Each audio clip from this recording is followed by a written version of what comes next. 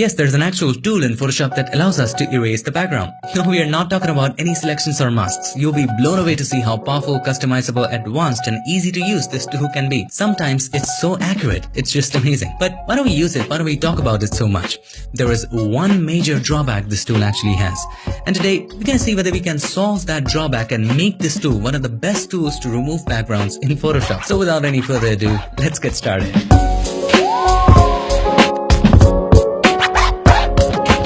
So here we are in the magical world of Photoshop, and if you want to go ahead and download any of the photos shown in the tutorial, check the links in the description. So first of all, where is the tool actually? Have a look right here, but this is the eraser, right? So if you click and hold, have a look at the tools under the group. The second one is the one that we are looking for. It literally says the background eraser tool. Select that. And then make a copy of the background layer just for backup. Press Ctrl or Command J. Now let's go ahead and create a solid color adjustment layer. Click on the adjustment layer icon and then choose solid color. And we're going to choose a color like black and then hit OK. Now bring down the solid color adjustment layer under layer 1. Why? Because in layer 1, we're going to erase the background. So let's go ahead and select layer 1. And right now there is some settings set up. We're going to talk about settings later. We'll learn all about that. But I just wanted to show you how this tool actually works. So simply just start from the background. Let's make the brush a little smaller, softer, and start painting. And see how easily the background is being removed. Why are we seeing black? Because in the background we have black just below layer 1.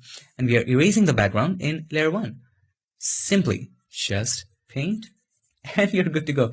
Have a look, so complex here, and we are easily removing it. So how does it actually work? You tell Photoshop what color the background is, you paint on the background, Photoshop analyzes what the background is, removes it. Now, there's one major drawback this tool has. We just did it, we just demonstrated it. Pause it, think about it for a moment. What is the one major drawback? Have a look at it closely. If we remove the background, then for example, I want something back over here. What if I accidentally painted right in here? What if I want this area back? There is no masks. If we were doing select and mask or doing any other method involving masks, we could have just painted white in that area and got that area back. That is the biggest drawback of this tool, that it works destructively. We cannot work non-destructively with this. Or what if we can? Hold that thought for a moment. We'll talk about how to make this tool non-destructive later. But right now, let's learn about all these settings at the top. So the first three right here, takes care of the sampling. How are we sampling the colors? Okay, so the first one right here is continuous sampling, this one. So wherever you paint, it continuously samples from the area under the crosshair. Have a look at it. So if I paint right here, it will continue to sample from the middle of the brush. See the crosshair in the middle, right? You just paint and it continuously samples. Now the drawback is, what if you put it over the hair? It also samples the hair and erases it. It is good when you have hard edges and the background color is constantly changing, all right? Otherwise, it's useless. The second one right here, let's go back, is one-time sampling. It samples just once. What does that mean? If you click on that and then you start the sample from here, it takes a sample from area under the crosshair, but it just doesn't continuously sample. So if I start painting from here, it samples the green color beneath the crosshair and then just keeps it as long as I hold down the brush, as long as I don't release the brush. So if I keep on painting, and even if I get inside this, it just won't remove it because it has sampled that color already. However, if you lift the brush and if you put it right there, it's going to erase that area. Are you understanding how this is working? It samples the first time. So if I start painting from here, it samples the green color. And even if I try to get in, it just won't paint over there.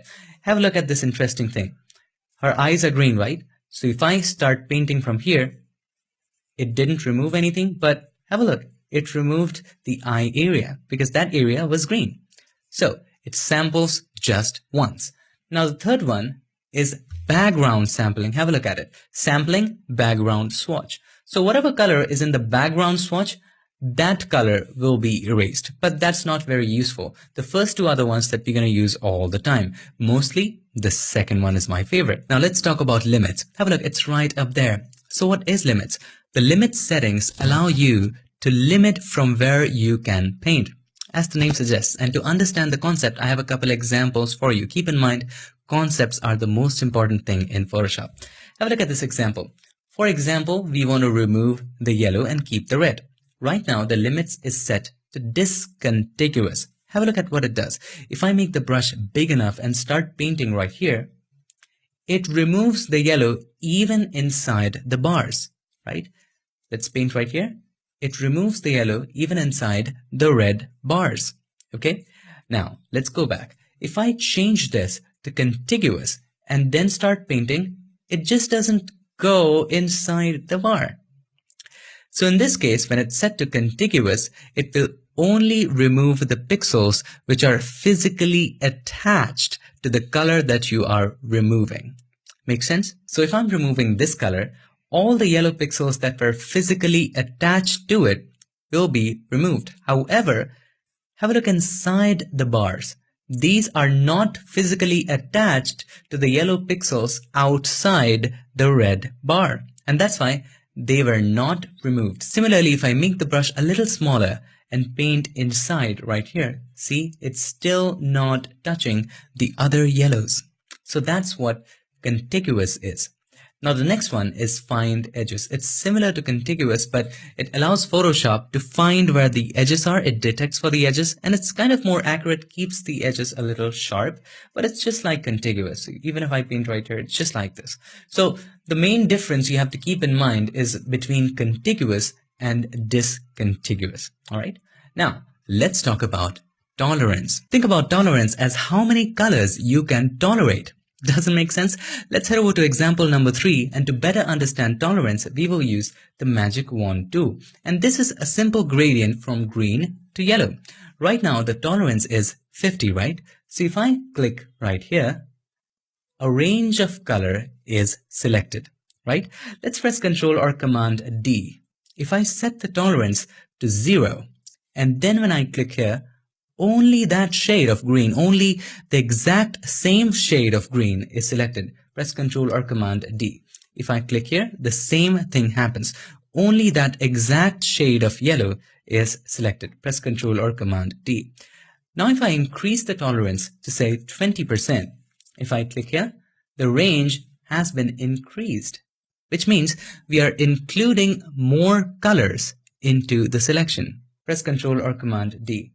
If I set the tolerance to 100, click, an even larger section is selected. The more we increase the tolerance, the more the colors will be affected. In any way, whether we are erasing stuff, whether we are selecting stuff, so tolerance is just the range of colors that we are including around the color that we just clicked on or sampled. Okay, so if I increase the tolerance to say 255, and click, everything is selected. All right, I think it makes sense now. Now, if you return to our image, select the background eraser tool, set the limits to discontiguous. Why? Because we are painting around the hair and we want to remove the background from between the hairs. We don't want to limit it. It's not a hard edge, right? So we'll set discontiguous right here, and the tolerance right now is 50. So it's painting all right, removing the background. It's pretty cool. What if we decrease the tolerance to say 5%? It will only paint the exact same colors and it will not take into consideration any color nearby. So let's go ahead and increase the tolerance to 20. 20 is pretty good, but it's still leaving out some colors. So that's why we chose 50. Now it's also important that you don't choose too high. So if you choose, let's say 100, it will also take into consideration the color of the hair as well. So if I just paint with 100 right here, it also starts erasing the hair a little bit. The 100, I guess, is the maximum right there. So don't choose 100. See, it's also erasing the hair. We don't want that to happen. A general rule here is to select the lowest tolerance possible. The lowest tolerance that will remove the background. That's why we start with, let's say, 2, 3, 4, 5. 5 didn't work, so we will try 9, and then we'll start painting. It just doesn't work. Maybe let's increase it to 30. 30 works pretty fine. It works pretty good, but it still leaves out some colors. Then we will try 39, 40, 40 is pretty great. So we can have different tolerances for different areas. Just keep in mind that when you start from a lower number and then when you reach a point where the tolerance just works for the image, stop right there. Don't go beyond that, because in that case, you might remove things that you didn't want to. All right. Now, using all these techniques that we learned, we will remove the background of the subject and then we will learn how to make it non-destructive. So let's go ahead and start right from scratch. I'm going to select that layer and press the delete key to delete it. And then we're going to make a copy of the background layer, press Ctrl or Command J, and then place it above the solid color adjustment layer. Now let's do it right from the beginning. We're going to select discontiguous for the hair, and then 40% is fine. Let's see how that works. And if it doesn't work, then we increase. All right? Just simply start and paint here. It's leaving out some areas, as I can see. So I'm going to go with 50. 50 was great for this image. Now for your image, it might be different. Just around the edges. It's working pretty great. So sometimes it might fry up the edges. In that case, you might want to decrease the tolerance. So I'm going to go 45-ish. Just a basic one will do. Maybe we want to increase it now. Let's go 55. If it's too much, let's go 40-ish right here. This is okay. All right. That was bad. Let's go back. Okay, we have done the hair, but for the body, since this has a hard edge and we don't want to get inside, we will select Find Edges or Contiguous. Let's go ahead and select Find Edges. It just won't go inside. So Photoshop tries to find the edges. Sometimes it works, sometimes it doesn't. Let's try increasing the tolerance to 70. And if it doesn't work, we will select Contiguous. Since the background has a little texture, it's having a little difficulty. So we're going to select Contiguous right here and change the tolerance to 50 back again. Yes, it works pretty good.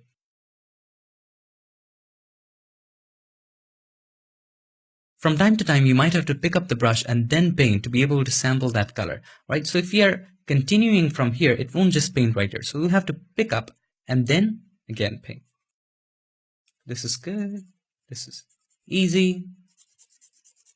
And I think we are pretty much done. We just had to do the edge. All right. Just paint over here. Pretty nice. And let's do this area, this green area right there. Yes, pretty taken care of. Looks okay. You just had to do the borders and it's fine. Let's do this area properly. Okay. Now, let's learn how to make it non-destructive. It's pretty simple. We just did it. So let's bring the background, or let's make a copy of the background layer, one more copy, copy 2, and let's bring it above the solid color adjustment layer, right? Then we will hold the Control or Command. Click on the thumbnail of the background copy, or let's name it Subject 1. And this one was destructive. Let's name it Subject 1 Destructive. I'm forgetting the spellings. Hold the Control or Command, click on the thumbnail. Now, you can delete it or you can keep it, doesn't really matter. Turn this off. I'm just going to turn it off. Come back to this one. And we're going to name it Subject Non-Destructive. Just click on the mask button. Now you have the mask of the same thing. Now I can delete it. Subject 1 Destructive. We don't need it. I don't know why I named 1, but that's okay. Now you select the brush. Okay, next, let's make the brush a little smaller. Let's make it soft and flow and opacity at 100. Hold the Alt or Option. Click on the mask button, and then you can paint out the extra areas with black. Make sure the foreground color is black. You can just press X to toggle between the foreground and the background. Let's go back and just paint in black in these areas and fill up the rest of the areas. Just like so. Easy, very easy to do. Done. Now for the critical areas, if you want to fine tune it, you can also choose the blend mode overlay and then decrease the flow to somewhere around 20 to 30%. So I'm going to decrease it to 20%. That way it just won't paint on the white areas. Now if I paint here, see how nicely it's working? Fine tuning the stuff. All right, let's do it on the other side. This is fine. Let's do it right here, right there, Just a little bit is fine. Now, if you want to bring some things back which have been erased accidentally, you can do that as well. So you can choose overlay. With the same overlay selected, you can change the foreground color to white. Press X to toggle between the foreground and the background. And now we can paint right here. Now, when you have white selected, it just won't paint on the black area. See, it just won't paint over there, right? So we can easily paint on the inside without being afraid. Let's do it over here. That is taken care of. Let's do it over here. You can increase the flow if you want to, but I'm pretty happy with this one. All right, I'm just roughly doing it for you. Let's work it out over here. All right, you're in good shape. Hold the Alt or Option, click on the mask button, and it's done. Wasn't that awesome? Now you have a mask. You can do whatever you want. If you think this is very fried up, you can make it smooth, you can blur it out, you can simply take the blur tool. So right here, you'll find the blur tool and you can blur in the mask. Hold the Alt or Option, click on the mask button to show how it looks. You can simply blur it out, you can smooth it out, you can do whatever you want. You have a mask and you can modify it in every way possible. This is non-destructive. What more do you want? So that was pretty much all about the background eraser tool in Photoshop. It's a hidden gem if you use it properly. So is it better than Select and Mask? Does it mean that the quick selection tool is completely trash or Select Subject is totally useless? Not at all. Every technique, feature and tool has its own place. A lot of you guys ask in the comments, and I absolutely appreciate it, is that, hey Unmesh, you just taught me this technique. Is this better than the previous one that you covered? Well, that's for you to decide, that's for your image to decide, and that's for your situation to decide. Just a quick little recap. First of all, we have the sampling types right here. This one is the continuous, this samples one, and this samples from the background swatch. We will mostly be using these two, but my favorite is the middle one. It samples the first time you paint. Okay, so first time you put down the brush, it samples then. Next, we have limits. We have contiguous, discontiguous, and find edges. Contiguous removes the colors which are only attached by pixel to the area that you're painting in. It won't go cross borders. The discontiguous will go cross borders, and find edges tries to find the edge and then remove it accordingly. Most of the times it just doesn't work, but you have a flat background, it might. Now the tolerance is how many colors you can tolerate. It's the range of colors being affected. The higher the tolerance, the more the range. And that's pretty much it. And then you start painting and then you remove it. Now to make it non-destructive, you make one more copy of the original image, hold the Control or Command, click on the thumbnail of the subject where you just removed the background. Now you have the selection. Now select the new copy and click on the mask button. Now you have the mask of the same thing.